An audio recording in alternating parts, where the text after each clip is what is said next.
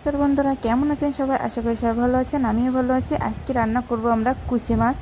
আর এই কুচি মাছটা আমি কী করে রান্না করছি চলেন দেখে আসি। আর এই মাছগুলো কিন্তু অনেক বড় বড়।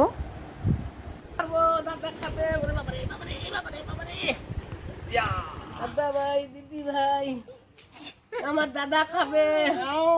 ওরে বাবা, বাবা রে, এই দেখো, দেখি যা কত বড় মাছ।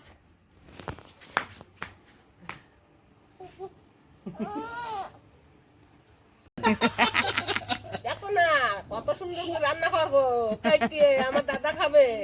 আমার দাদা খাবে, সুন্দর করে রান্না করবো মাংসের মতন করিয়ে।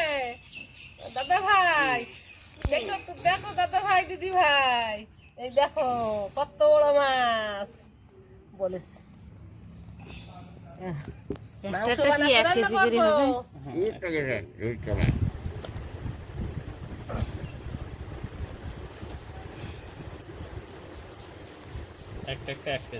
একটা 1 কেজি।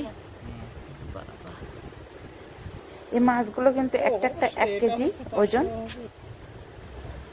এই মাছগুলো ভালো করে কেটে নেওয়া হয়ে গিয়েছে। এখানে আমি 2টা মাছ নিয়েছি। এবার এগুলো একটু গরম জলে ভালো করে আবার ধুয়ে নেব।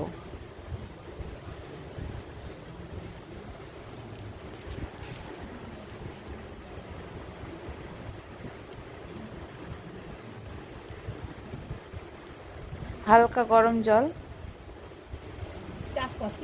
দিয়ে ভালো করে আমি ধুয়ে নিয়েছি।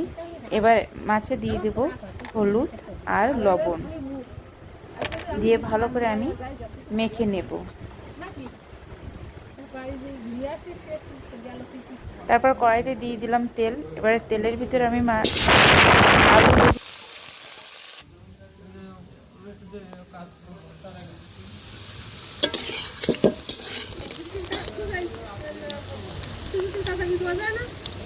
আলুগুলো ভেজে আমি নামিয়ে নিয়েছি। এবার আমি ওই তেলে ভেজে নিব মাছ।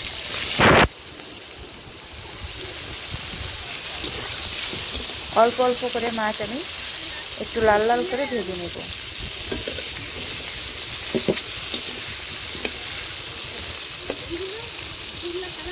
মাছগুলো আমার ভেজে নেওয়া হয়ে গিয়েছে।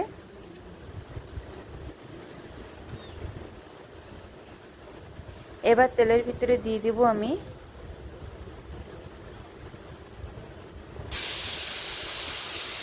পেঁয়াজ, রসুন আর আদা একসাথে বেটে নিয়েছি। সেগুলো দিয়ে আমি মশলাটা ভালো করে একটু ভেজে নিয়েছি। এবার আমি দিয়ে দেবো পরিমাণ মতো হলুদ আর স্বাদ মতো লবণ দিয়ে আবার একটু নাড়াচাড়া করে নিব। এবার তারপরে দিয়ে দেবো আমি শুকনো ঝালের গুঁড়া দিয়ে আবার একটু মশলাটা ভেজে নেব। এবার আমি ভেজে রাখা মাছগুলো দিয়ে দিলাম, দিয়ে ভালো করে মশলার সাথে কষিয়ে নেব।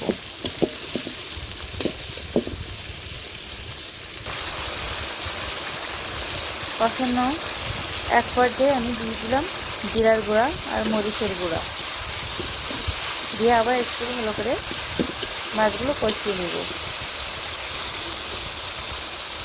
মাছ থেকে কিন্তু তেল ছেড়ে ছেড়ে দিয়ে আসছে। এই পর্যায়ে আমি দিয়ে দেবো জল। আর এই মাছগুলো কিন্তু অনেক বড় বড়, তাই একটু জাল খাবে, তাই জলটা একটু বেশি পরিমাণে দিতে হবে। এবার কয়টা কাঁচা ঝাল আমি দিয়ে দেব।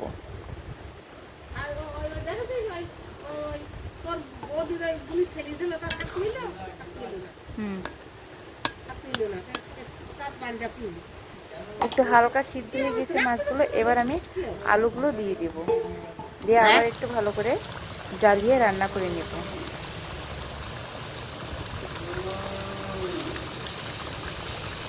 রান্নাটা প্রায় হয়ে আসছে। এবার একটু গরম মশলার গুঁড়া দিয়ে এটা নামিয়ে নেব।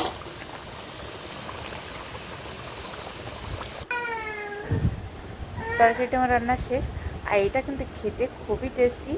এটা মাংস বন্ধুরা, আমার ভিডিওটি যদি ভালো লেগে থাকে তাহলে আমার চ্যানেলটা সাবস্ক্রাইব করবেন আর লাইক কমেন্ট করতে ভুলবেন না। Thank you.